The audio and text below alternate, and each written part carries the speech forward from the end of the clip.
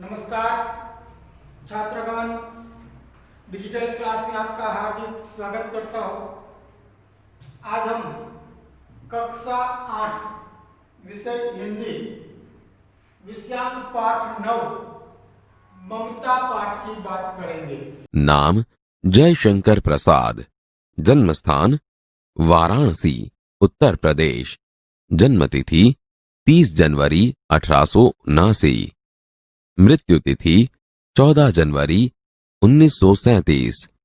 मुख्य कृतियां चंद्रगुप्त, स्कंदगुप्त, ध्रुव स्वामिनी उनके प्रमुख नाटक है। कामायनी उनका सुप्रसिद्ध महाकाव्य है। कृतियों की विशेषता उनकी रचनाओं में मुख्य रूप से भारत की ऐतिहासिक संस्कृति की झलक मिलती है। तो आज हम बात करेंगे जयशंकर प्रसाद लिखित ममता पाठ की।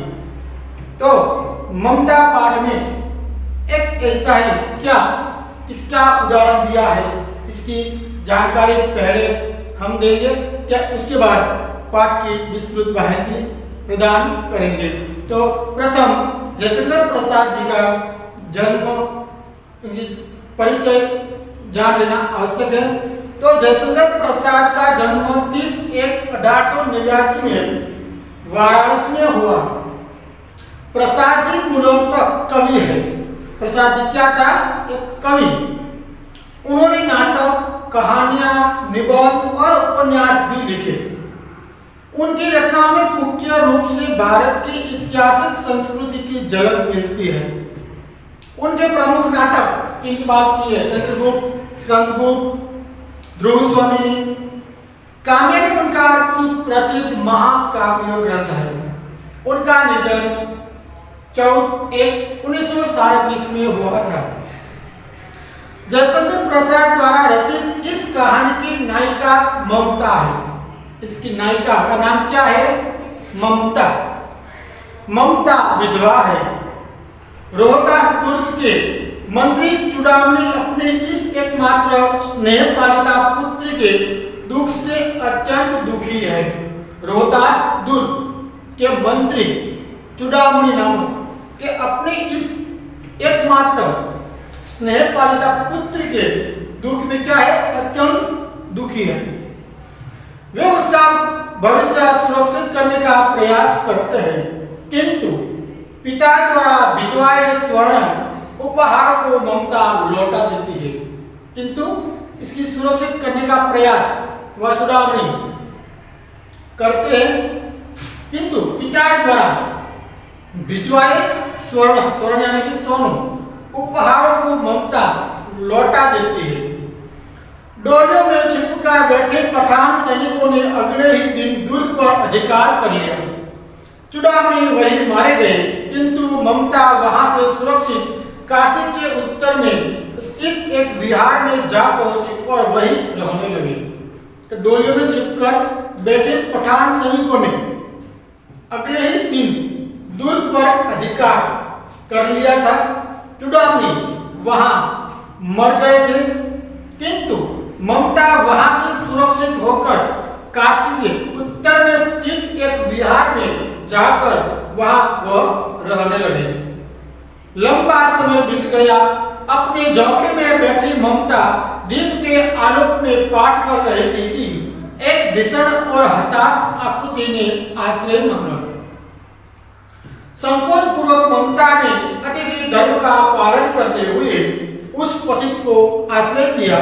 वहां ममता जहां झोपड़ी में रहती थी, वहां एक अतिथि आकर उसको आश्रय देने के लिए कहते थे और ममता उसको इस झोपड़ी में पथिक को आश्रय दिया। वह पथिक कोई और नहीं, हुमायूं था, जिसने सुबह होने पर अपने एक सैनिक मिर्जा को इस वृद्धा की टूटी झोपड़ी झोपड़ी बनवाने का आदेश दिया। वह पति कौन था? वह हुमायूं था, जिसने सुबह होने के बाद अपने सैनिक को वह मिर्जा को इस वृद्धा की, इस ममता की जो झोपड़ी है, ये झोपड़ी नई बनवाने का आदेश वह हुमायूं देते हैं। ममता अब 70 वर्ष की हो चली थी। 70 यानी कि 70, हिंदी में 70 कहते हैं, गुजराती में 70 वर्ष की हो चली थी। अचानक उसे एक अश्वारोही की आवाज सुनाई दी। अचानक वहां एक अश्वारोही, एक घोड़े सवार की आवाज सुनाई दी, जो झोपड़ी की, उसकी झोपड़ी के बारे में पता पूछ रहा था।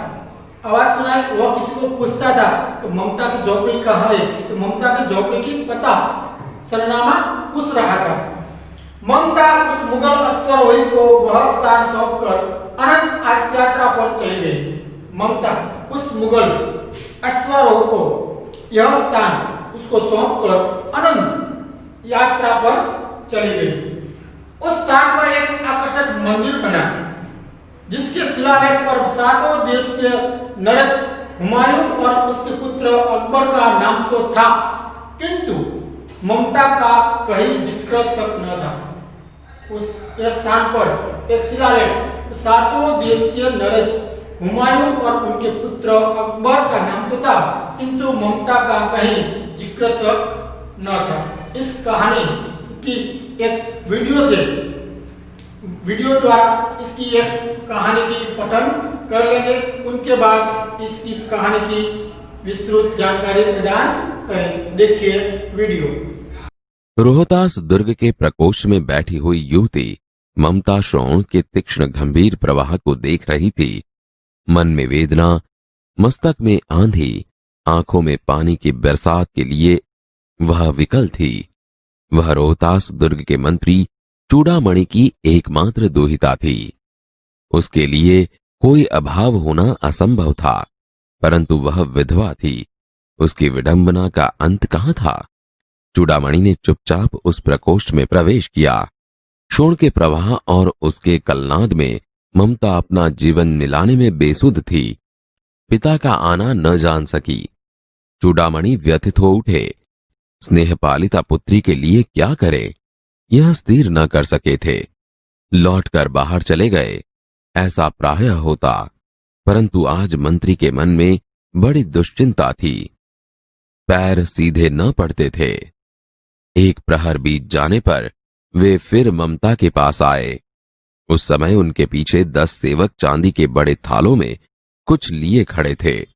कितने ही मनुष्यों के पद शब्द सुन ममता ने घूम कर देखा। मंत्री ने सब थालों को रखने का संकेत दिया। अनुचर थाल रखकर चले गए। यह क्या है पिताजी? तेरे लिए बेटी, उपहार है, कहकर चूड़ामणि ने आवरण उलट दिया। स्वर्ण का पीलापन उस सुनहरी संध्या में विकीर्ण होने लगा। ममता चौंक उठी। इतना स्वर्ण यह कहां से आया? चुप रहो ममता, यह तुम्हारे लिए है। तो क्या आपने शत्रु का उत्कोच स्वीकार कर लिया? पिताजी, यह अनर्थ है, अर्थ नहीं। लौटा दीजिए पिताजी। हम लोग ब्राह्मण हैं, इतना सोना लेकर क्या करेंगे? इस पतनोन्मुख प्राचीन सामंत वंश का अंत समीप है बेटी। किसी भी दिन शेर शाह रोहतास दुर्ग पर अधिकार कर सकता है। उस दिन मंत्रित्व न रहेगा। तब के लिए बेटी। हे भगवान, विपद के लिए इतना आयोजन, परमपिता की इच्छा के विरुद्ध इतना साहस। पिताजी, क्या भीख न मिलेगी? क्या कोई हमें 2 मुट्ठी अन्न न देगा? यह असंभव है। फेंक दीजिए पिताजी, मैं कांप रही हूँ। इसकी चमक आंखों को अंधा बना रही है। मूर्ख है, कहकर चूड़ामणि चले गए। दूसरे दिन जब डोलियों का तांता आ रहा था, मंत्री चूड़ामणि का हृदय धक धक करने लगा। वे अपने को रोक न सके। उन्होंने जाकर रोहतास दुर्ग के तोरण पर डोलियों का आवरण खुलवाना चाहा। यह महिलाओं का अपमान करना है। बात बढ़ गई। तलवारें खींची। मंत्री वहीं मारे गए। राजा रानी और कोष सब छली शेरशाह के हाथ पड़े। निकल गई ममता। डोली में भरे हुए पठान सैनिक दुर्ग भर में फैल गए, परंतु ममता न मिली। काशी के उत्तर में स्थित धर्मचक्र विहार मौर्य और गुप्त सम्राटों की कीर्ति का खंडहर था। खंडित शिखरों वाले भवन, तृण गुल्मों के ढके हुए प्राचीन और ईंटों के ढेर में बिखरी हुई भारतीय शिल्प की विभूति ग्रीष्म की चंद्रिका में स्वयं को शीतल कर रही थी। जहां गौतम का उपदेश ग्रहण करने के लिए पंचवर्गीय भिक्षु पहले मिले थे, उसी स्तूप के भग्नावेश की मलिन छाया में एक झोंपड़ी के दीपालोक में एक स्त्री पाठ कर रही थी। अनन्या श्विन्तयन्तो मा ये जनाः पर्युपासते। पाठ रुक गया। एक भीषण और हताश आकृति दीपक के मंद प्रकाश में सामने खड़ी थी। स्त्री उठी, उसने कपाट बंद करना चाहा, परंतु उस व्यक्ति ने कहा, माता, मुझे आश्रय चाहिए। तुम कौन हो? मैं मुगल हूँ। चौसा युद्ध में शेरशाह से विपन्न होकर रक्षा चाहता हूँ। इस रात अब आगे चलने में असमर्थ हूँ। क्या शेरशाह से? हाँ माता। परंतु तुम भी वैसे ही क्रूर हो। वही भीषण रक्त की प्यास, वही निष्ठुर प्रतिबिंब तुम्हारे मुख पर भी है सैनिक। मेरी कुटी में स्थान नहीं, जाओ कहीं दूसरा आश्रय खोज लो। गला सूख रहा है, साथी छूट गए हैं, अश्व गिर गए हैं, इतना थका हुआ हूं, इतना। वह व्यक्ति धम्म से बैठ गया। उसके सामने पूरा ब्रह्मांड घूमने लगा। स्त्री ने सोचा, यह विपत्ति कहां से आई? उसने जल दिया, मुगल के प्राणों की रक्षा हुई। वह सोचने लगी कि ये सब दया के पात्र नहीं, मेरे पिता का वध करने वाले आताताई। घृणा से उसका मन विरक्त हो गया। माता, तो फिर मैं यहां से चला जाऊं? स्त्री विचार कर रही थी, मैं ब्राह्मणी हूं, मुझे तो अपना धर्म अतिथि देव के सत्कार का पालन करना चाहिए, परंतु यहां नहीं, ये सब दया के पात्र नहीं। परंतु यह दया तो नहीं, कर्तव्य करना है। तब मुगल अपनी तलवार टेक कर उठ खड़ा हुआ। क्या आश्चर्य है कि तुम भी छल न करो। ठहरो। छल नहीं, तब नहीं। स्त्री, जाता हूं। तैमूर का वंशधर स्त्री से छल करेगा? जाता हूं, भाग्य का खेल है। यहाँ कौन दुर्ग है? यही झोपड़ी ना, जो चाहे ले लो। मुझे तो अपना कर्तव्य निभाना पड़ेगा। जाओ भीतर थके हुए पथिक, तुम चाहे कोई भी हो, मैं तुम्हें आश्रय देती हूँ। सब अपना धर्म छोड़ दे तो क्या मैं भी छोड़ दूं? मुगल ने चंद्रमा के मंद प्रकाश में वह महिमामय मुखमंडल देखा। उसने मन ही मन नमस्कार किया। ममता पास की टूटी दीवारों में चली गई। भीतर थके पथिक ने झोपड़ी में विश्राम किया। प्रभात में खंडहर की संधि से ममता ने देखा, सैकड़ों अश्वारोही उस प्रांत में घूम रहे हैं। वह अपनी मूर्खता पर स्वयं को कोसने लगी। मिर्जा, मैं यहां हूं। शब्द सुनते ही प्रसन्नता की चित्कार ध्वनि से वह प्रांत गूंज उठा। ममता अधिक भयभीत हुई। वह स्त्री कहाँ है? उसे खोज निकालो। ममता छिपने के लिए अधिक सचेष्ट हुई। वह मृगदाव में चली गई। दिन भर उसमें से न निकली। संध्या हो गई। वे लोग जाने लगे। ममता ने सुना पथिक घोड़े पर सवार होते हुए कह रहा था, मिर्जा, उस स्त्री को मैं कुछ दे न सका। उसका घर बनवा देना, क्योंकि मैंने विपत्ति में यह विश्राम पाया था। यह स्थान भूलना मत। इसके बाद वे वहां से चले गए। चौसा के मुगल पठान युद्ध को बहुत दिन बीत गए। ममता अब 70 वर्ष की वृद्धा है। एक दिन वह अपनी झोंपड़ी में पड़ी थी। शीतकाल का प्रभाव था। उसका जीर्ण कंकाल खांसी से गूंज रहा था। ममता की सेवा के लिए गांव की 2-3 स्त्रियां घेर कर बैठी थी, क्योंकि ममता आजीवन सबके सुख दुख की सहभागिनी रही थी। ममता ने जल पीना चाहा। एक स्त्री ने सीपी से जल पिलाया। सहसा एक अश्वारोही उसी झोंपड़ी के द्वार पर दिखाई पड़ा। वह अपनी धुन में कहने लगा, मिर्जा ने जो चित्र बनाकर दिया है वह तो इसी जगह का होना चाहिए। वह बुढ़िया मर गई होगी। अब किससे पूछूं कि एक दिन शहंशाह हुमायूं किस छप्पर के नीचे बैठे थे? यह घटना भी तो 47 वर्ष से ऊपर की हुई। ममता ने अपने विकल कानों से सुना। उसे बुलाओ। अश्वारोही पास आया। मैं नहीं जानती कि वह शहंशाह था या साधारण मुगल, पर एक दिन इस झोपड़ी के नीचे वह रहा। मैंने सुना था कि वह मेरा घर बनवाने की आज्ञा दे चुका था। भगवान ने सुन लिया। आज मैं इसे छोड़े जाती हूँ। अब तुम इसका मकान बनाओ या महल। मैं अपने चिर विश्राम गृह में जाती हूँ। बुढ़िया के प्राण पखेरु उड़ गए। वह अश्वारोही अवाक खड़ा रह गया। वहां अष्टकोण मंदिर बना और उस पर शिलालेख लगाया गया।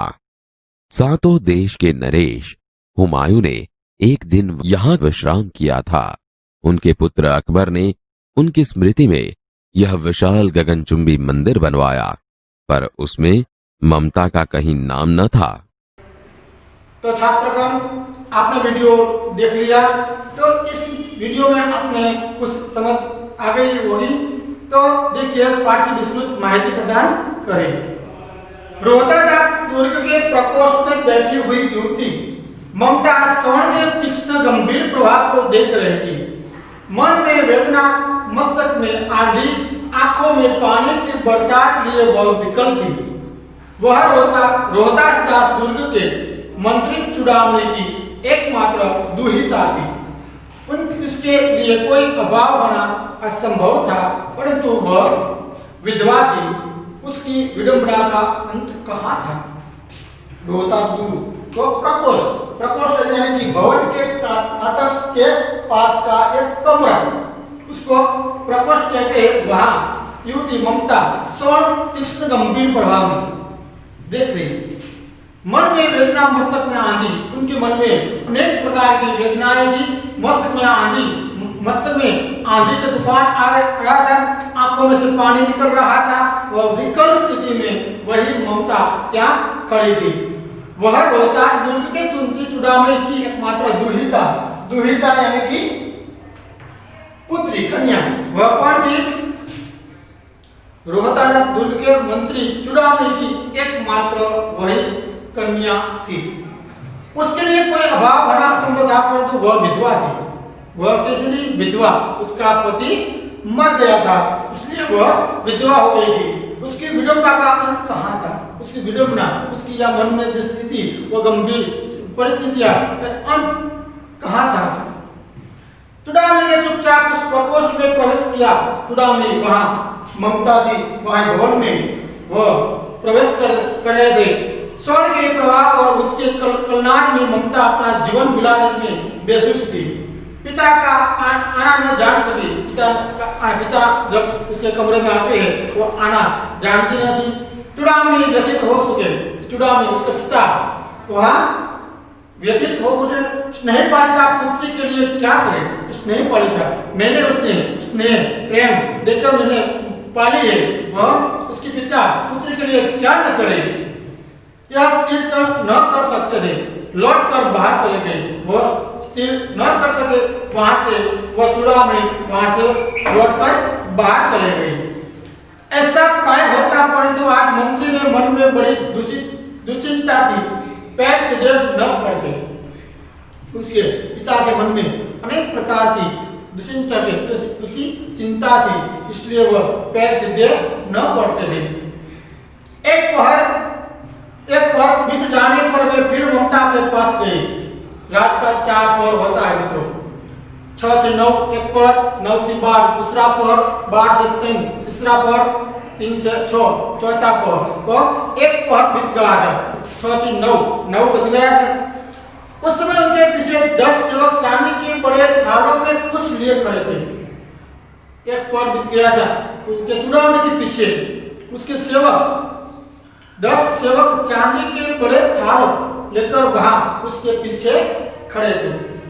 कितने ही मनुष्य के 5 शब्द ममता ने घूमकर देखा।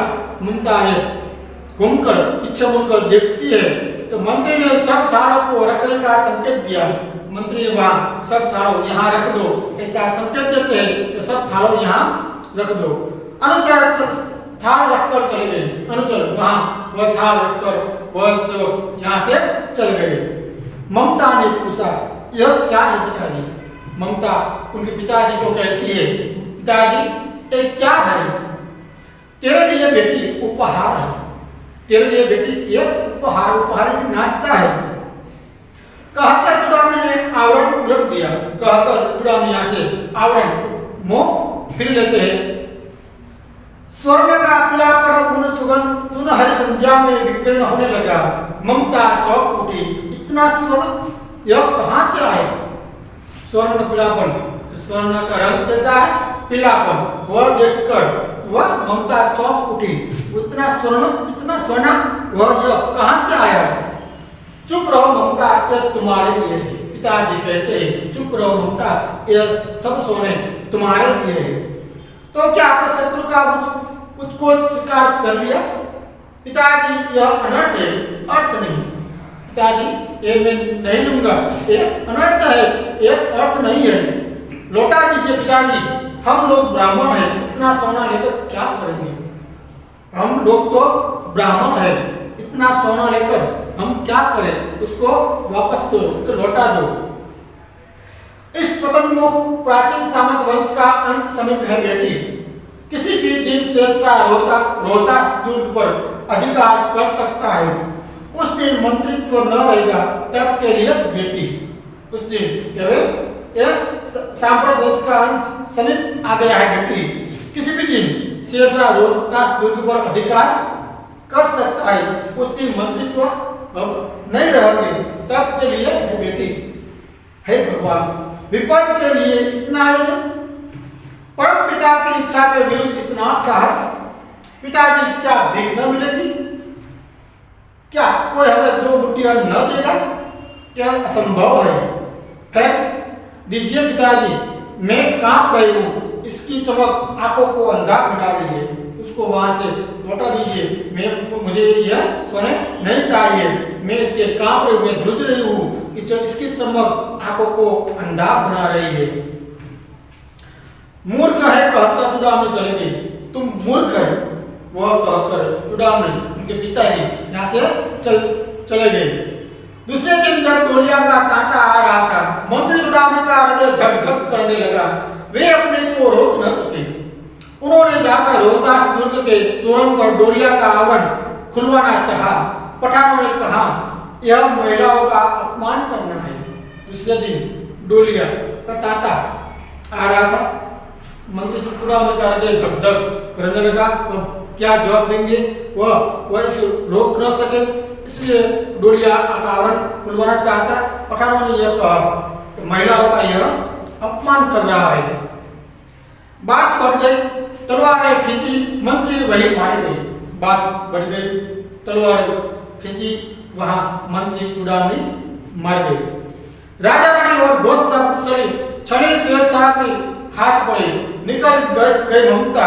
डोले में भरे हुए पठान सैनिक दुर्ग भर में फैल गए, परंतु ममता न मिली। ममता वहां से निकल जाती है, वह भाग गई। ममता को वहां सैनिक पीछे जाकर सैनिक दुर्ग के फैल गई। ममता वहां किसी को न मिली। काशी के उत्तर में स्थित धर्मचक्र विहार मौर्य और गुप्त सम्राटों की कीर्ति का खंडहर था। काशी के उत्तर में स्थित धर्मचक्र विहार था। मौर्य और गुप्त सम्राटों की कीर्ति का यहाँ खंडहर था। खंडित शिखरों वाले भवन त्रिभुवन गुंबदों से ढके हुए प्राचीन और ईंटों के ढेर में बिखरी हुई भारतीय शिल्प की विभूति ग्रीष्म की चंद्रिका में स्वयं को शीतल कर रही थी। वहां जाकर ममता यहाँ उसकी विभूति यानी समृद्धि प्रभुता, वहां जाकर वही ममता वहां रहने लगी। जहां गौतम का उपदेश ग्रहण करने के लिए पंचवर्गीय भिक्षु महले मिले थे, उसी स्तूप के भग्नावशेष की मलिन छाया में एक झोपड़ी के दीपालोक में एक स्त्री पाठ कर रही थी। वहां गौतम का उपदेश ग्रहण करने के लिए पंचवर्गीय भिक्षु पहले मिले थे। कि यहाँ एक झोपड़ी में एक स्त्री दीवा जलाकर वह स्त्री भगवान का पाठ कर रही थी। अन्यान स्त्रियों माये जना पल्युम पासते ऐसा उच्चार करती रही। पाठ रुक गया, पाठ वहां रुक गया, पाठ बोलना बंद हो गया। एक भीषण और हताश आकृति दीप के मंद प्रकाश में सामने खड़ी थी। एक हताश आकृति दीप के ज्योत प्रकाश में सामने खड़ी थी। स्त्री उठी, उसने कपाट बंद करवाना चाहा, कपाट दरवाजा बंद किया, परंतु उस व्यक्ति ने कहा, माता मुझे आश्रय चाहिए। वहां एक अतिथि आकर कहते हैं कि माता मुझे एक दिन रहने के लिए वहां इस झोपड़ी में मुझे आश्रय चाहिए। तुम कौन हो? स्त्री ने पूछा। ममता कहती है, तुम कौन हो? मैं मुगल हूँ, चौसा युद्ध में शेरशाह के विपन्न होकर रक्षा चाहता हूँ। इस रात अब आगे चलने में असमर्थ हूँ। मैं मुगल हूँ, चौसा युद्ध में शेरशाह विपन्न होकर रक्षा करना चाहता हूँ। इस रात अब आगे चलने में असमर्थ हूँ, मैं आगे नहीं जा सकता। इस रात मुझे यहाँ रहने दो। क्या शेरशाह से? स्त्री ने अपने होठ काट लिए। क्या शेरशाह से? स्त्री ने अपने होठ काट लिए। हाँ माता, परंतु तुम भी वैसे ही क्रूर हो। वही विषम रक्त की प्यास, वही निष्ठुर प्रतिबिंब तुम्हारे मुख पर भी है। सही, मेरी कुटी में स्थान नहीं, जाओ कहीं दूसरा आश्रय खोज लो। ममता उसको कहती है, क्रूर, इससे तुम द्रुज रहे हो। विषम रक्त की प्यास, रक्त यानी लोही की प्यास है, वह निष्ठुर प्रतिबिंब तुम्हारे मुख पर भी है। सैनिक, निष्ठुर प्रतिबिंब तुम्हारे चेहरे पर है। सैनिक, मेरी कुटी में स्थान नहीं, मेरी कुटी में तुम्हारे लिए स्थान नहीं है, जाओ कहीं दूसरे आश्रय ले लो। गला सूख रहा है, साथी छूट गए हैं, अश्व गिर गए हैं, इतना थका हूँ। इतना कहते कहते वह व्यक्ति दम से बैठ गया। वह कहते हैं गला सूख रहा है, उसके साथी सैनिक है वह सारे छूट गए हैं, वह चले गए हैं, अश्व गिर गए, उसके घोड़ा जो था वह गिर गए थे। इतना थका हूँ कहते कहते वह व्यक्ति दम से बैठ जाते हैं। उसके सामने पूरा ब्रह्मांड घूमने लगा, उसके सामने पूरा ब्रह्मांड चक्कर आने लगा, ब्रह्मांड घूमने लगा। स्त्री ने सोचा, यह विपत्ति कहाँ से आई? विपत्ति यानी कि विपत्ति यानी कि दुखद पीड़ा कहाँ से आई है? उसने जल दिया, मुगल के प्राणों की रक्षा हुई। वह सोचने लगे कि ये सब दया के पात्र नहीं। मेरे पिता का वध करने वाले आतताई द्रोणा से उसका मन विकृत हो गया कि मेरे पिता का वह मारने वाला, वध करने वाला वही है। द्रोणा से उनका मन विकृत हो गया। स्वस्थ होकर मुगल ने कहा, माता तो फिर मैं यहाँ से चला जाऊँ। स्वस्थ हो गया मुगल, माता तो फिर मैं यहाँ से चला जाऊँ। स्त्री विचार कर रही थी, मैं ब्राह्मण हूँ। स्त्री विचार कर रही थी ममता, मैं ब्राह्मण हूँ, मुझे तो अपना धर्म अतिथि देव के सत्कार का पालन करना चाहिए। मुझे तो अपना धर्म अतिथि देव, उसके आंगन वो अतिथि देव आए हैं, उसका पालन करना हमारा धर्म है। परंतु यहाँ नहीं, ये सब दया के पात्र नहीं, परंतु दया तो नहीं, कर्तव्य करना है। कर्तव्य यानी कि फर्ज, ये तो हमारी फर्ज है। तब मुगल अपनी तलवार टेक कर उठ खड़ा हुआ। मुगल अपनी तलवार टेक कर वह जमीन पर रखकर वह खड़ा हुआ। ममता ने कहा, क्या आश्चर्य है कि तुम भी छल न करो, ठहरो। क्या आश्चर्य है कि तुम भी छल कपट न करो, ठहरो। छल नहीं, तब नहीं स्त्री, जाता हूँ। तैमूर का वंशधर स्त्री ने छल करेगा? जाता हूँ, भाग्य का खेल है। मैं यहाँ से जाता हूँ, मैं स्त्री का छल करूंगा, मैं यहाँ से जाता हूँ, भाग्य का ये खेल है। ममता ने कहा, यहाँ कौन दुर्ग है? यह झोपड़ी न, जो चाहे ले लो, मुझे तो अपना कर्तव्य निभाना पड़ेगा। जाओ भीतर अंदर जाकर तुमने जो चाहिए वह ले लो। थके हुए पति, तुम चाहे कोई भी हो मैं तुम्हें आश्रय देती हूँ, तुम चाहे कोई भी व्यक्ति हो मैं तुम्हें आश्रय देती हूँ। सब अपना धर्म छोड़ दे तो क्या मैं भी छोड़ दूं? सब अपना धर्म छोड़ दे तो क्या मैं अपना धर्म छोड़ दूंगी? मुगल ने चंद्रमा के मंद प्रकाश में वह महिमा में मुखमंडल देखा, उसने मन ही मन नमस्कार किया। ममता पास की टूटी हुई दीवारों में चली गई। भीतर थके पति ने झोंपड़े में विश्राम किया। वहां से ममता हट गई, निकल गई, दीवारों में चली गई। वहां से पति वह भीतर अंदर जाकर झोंपड़े में आराम विश्राम करते हैं। प्रभात में खंडहर की संधि से ममता ने देखा सैकड़ों अश्वारोही उस प्रांत में घूम रहे थे। वह अपनी मूर्खता पर स्वयं को कोसने लगी। प्रभात होकर सुबह हो गई। सुबह होकर ममता ने देखा कि उसकी झोपड़ी के सैकड़ों अश्वारोही एक वहां घूम रहा था। एकाएक झोपड़ी से निकलकर उस पथिक ने कहा, मिर्जा मैं यहाँ हूँ। एकाएक झोपड़ी से निकलकर पथिक ने कहा, मिर्जा मैं यहाँ हूँ। सब सुनते ही प्रसन्नता की चित्कार ध्वनि से वह प्रांत मुझे उठा। स्वर आवाज सुनकर वह ध्वनि से वहां प्रांत वह जगह वह गूंज उठा। ममता अधिक भयभीत हुई। पथिक ने कहा, ममता अधिक भयभीत होने लगी। पथिक ने कहा, वह स्त्री कहाँ है? वह स्त्री कहाँ है? उसे खोज निकालो, उसे खोज निकालो। ममता छिपने के लिए अधिक सचेत हुई। वह ग्रुप गांव में चली गई। दिन भर उसमें से न निकली। संध्या हो गई, वे लोग जाने लगे। ममता ने सुना पथिक घोड़े पर सवार होते हुए कह रहा था कि मिर्जा उस स्त्री को मैं कुछ दे न सका, उसका घर बनवा देना, क्योंकि मैंने मुक्ति में यहाँ विश्राम पाया है। यह स्थान भूलना मत। इसके बाद वे वहां से चले गए। वह वायु कहते हैं, मैं उस स्त्री को मैं कुछ देकर कुछ दिया नहीं, तो वह सैनिक को कहते हैं कि मिर्जा उसको मैं कुछ दे न सका, उसका घर वहाँ झोपड़ी है, वहाँ उसका घर बनवा दो। विपत्ति दुख में मुझे यहाँ आश्रय मिला है, वह स्थान भूलना मत। इसके बाद वे वहां से चले गए। चौसा से मुगल पठान युद्ध को बहुत दिन बीत गए। ममता अब 70 वर्ष की वृद्धा है। चौसा मुगल पठान युद्ध को बहुत दिन बीत गए थे। ममता वह 70 वर्ष की हो गई थी। एक दिन वह अपनी झोपड़ी में पड़ी थी। शीतकाल का प्रभाव था। वह एक दिन इसकी झोपड़ी में पड़ी थी। शीतकाल ठंडी का प्रभाव बढ़ रहा था। उसका जीर्ण कंकाल खांसी से गूंज रहा था। उसका जीर्ण शरीर के खांसी वह से गूंज रहा था। ममता की सेवा के लिए गांव की 2-3 स्त्री घेर कर बैठी थी।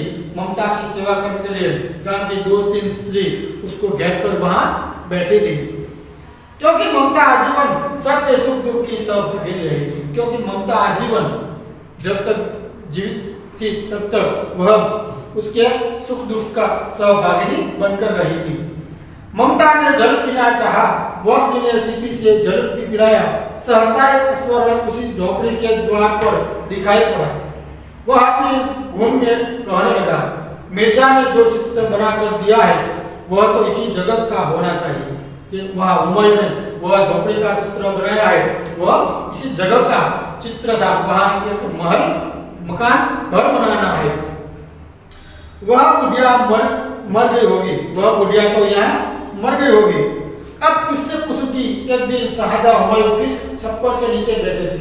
अब किससे पूछूं मैं एक दिन शाहजहां हुमायूं किस छप्पर के किस झोपड़ी में बैठे थे। यह घटना भी तो 47 वर्ष से ऊपर की हुई। यह घटना भी 47 वर्ष की वह घटना हो गई थी। ममता ने अपने विकल कानों से सुना। उसने पास में सुने कहा, उसे बुलाओ। ममता ने अपने विकल कानों से वह कानों से सुन रहा था। वह घोड़े सवार बोल रहे थे। उसने स्त्री को कहा, उसे इधर बुलाओ। अश्वारोही पास आए। अश्वारोही ममता के पास आते हैं। ममता ने रुक रुक कर कहा। ममता रुक रुक कर उसको अश्वारोही को कहती है, मैं नहीं जानती कि वह शहंशाह या था या साधारण मुगल, पर एक दिन इसी झोपड़ी के नीचे वह रहा। मैं जानती नहीं हूँ वह शहंशाह था या साधारण मुगल, पर एक दिन इसी झोपड़ी के नीचे वह रहा था। मैंने सुना था कि वह मेरा घर बनवाने की आज्ञा दे चुका था। मैंने सुना था कि वह मेरा घर बनवाने की आज्ञा आपको दे रहा था। भगवान ने सुन लिया, आज मैं इसे छोड़े जाते हो। भगवान ने सुन लिया, आज वह स्थान में छोड़कर जाते हो। अब तुम इसका मकान बनाओ या महल, मैं अपने चिर विश्राम गृह में जाते हो। अब तुम इसका वहाँ मकान बनाओ या महल बनाओ, मैं अपने चिर विश्राम गृह में मैं चली जाती हूँ। वह कहकर ममता वह झोपड़ी छोड़कर वहां से चली जाती है। बुढ़िया के प्राण पंखेरु उड़ गई। वह बुढ़िया के वह ममता का प्राण पंखेरु वह बुढ़िया वह मर गई, प्राण पंखेरु उड़ गई। वह स्वर हुई, अवाक खड़ा रह गया। वह स्वर हुई, अवाक आश्चर्य में खड़ा रह गया। वहां एक अष्टकोण मंदिर बना और उस पर शिलालेख लगाया गया। वहां एक अष्टकोण आकार का मंदिर बना और उस पर शिलालेख लगाया गया। सातों देश के नरेश हुमायूं ने एक दिन यहाँ विश्राम किया था। सातों देश के नरेश हुमायूं ने एक दिन यहाँ विश्राम किया था। उसकी यादों में वहाँ एक महल मंदिर बनवाया। उनके पुत्र अकबर ने उनकी स्मृति में यह विशाल गगनचुंबी मंदिर बनवाया। उनके पुत्र अकबर ने उनकी स्मृति, इसकी याद में वह विशाल गगनचुंबी मंदिर वहाँ बनवाया था। पर उसके ममता का कहीं नाम न था, पर उसमें ममता का कहीं नाम इस मंदिर में कई जगह पर नाम न था। तो छात्रगण वहाँ इस कहानी यहाँ खत्म होगी। खत्म होने के बाद उसके स्वाध्याय के प्रश्न है वह अपनी नोटबुक में लिखकर वह तैयार कीजिए। वो माय नोटबुक में उसका पाठ के प्रश्न लिखना है, वह लिखकर वह तैयार कीजिए। इसके पीछे दो कहानी है। प्रश्न 5 पेज नंबर 64 में देखिए कि नीचे शरीर के कुछ अंगों के चित्र दिए गए हैं। प्रत्येक अंग से संबंधित 3-3 मुहावरे अर्थ सहित लिखकर वाक्य में प्रयोग करें। इसका मुहावरा लिखना है। तो लिखकर प्रश्न 6 में रूपरेखा के आधार पर कहानी लिखिए। निर्दयी राजा गुलाम को दन, वह इस कहानी आपकी नोटबुक में लिखनी है। इसके बाद प्रश्न नंबर 7 है चित्र के आधार पर कहानी लिखिए। वहाँ कुछ चित्र दिए गए हैं, वह चित्रों को सबको मिलाकर उसकी एक कहानी तैयार करनी है। तो छात्रगण यहाँ यह पाठ पूरा करते हैं। तो आभार।